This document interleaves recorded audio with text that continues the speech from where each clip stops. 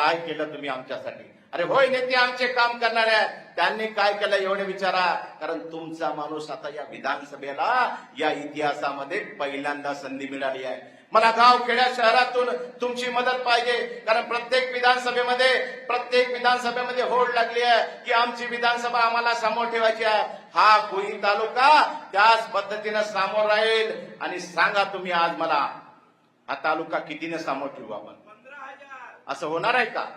अरे एक तालुके दुसरे तालुके म्हणतात आम्ही 20,000 समोर राहू. आणि मी तर तुमचा हक्काचा माणूस आहे. मी आजपर्यंत तुमच्यासाठी जगलोय, उद्याही तुमच्यासाठी जगणार. आणि 15,000 काय होणार सांगा तुम्ही मला? किती हजारांना समोर ठेवणारा तालुका?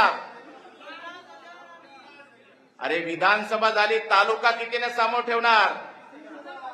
दंडारेची 30,000 आकडा बरोबर आहे का? मग 30,000 आकड्याने देवेंद्र फडणवीस साहेबांना आपण शब्द देणार आहोत का? कुठेही कमी राहणार नाही ना आपण.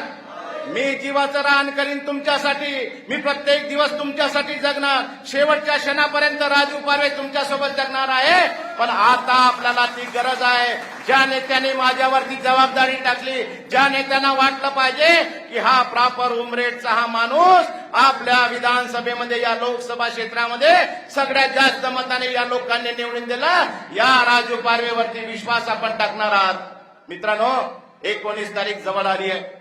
19 तारीख तुम्हाला ठाऊक आहे की विरोधक येतील, विरोधक प्रलोभन देतील, विरोधक पैसा पाण्याचे प्रलोभन देतील. पण तुम्हाला माहित आहे, तुमच्या हक्काचा माणूस तुमच्या सोबत आहे. प्रत्येक गावातून आपले नातेवाईक जिथे कुठे असतील, आपले बांधव असतील, आपले कुठे मित्र असतील, त्यांना सांगा हा राजू पारवे 4.5 वर्ष प्रामाणिकपणे या विधानसभेची सेवा केली. कुणानेही कट्टरतेने वागल्या नाही, कुणानेही आमदारकी अंगात आणली नाही. येणाऱ्या काळात तसाच वागणार आहे. तुमची सेवा करण्याचं स्वप्न मी घेतलं आहे. पण येणाऱ्या 19 तारखेला धनुष्यबाण या चिन्हावरती मतदान करून हा रामटेकचा धनुष्यबाण त्या दिल्लीच्या तख्तावरती आपल्याला पाठवायचा आहे. एवढीच आपल्याला विनंती करतो आणि थांबतो. धन्यवाद. जय हिंद, जय महाराष्ट्र. एबीपी माझा, उघडा डोळे बघा नीट.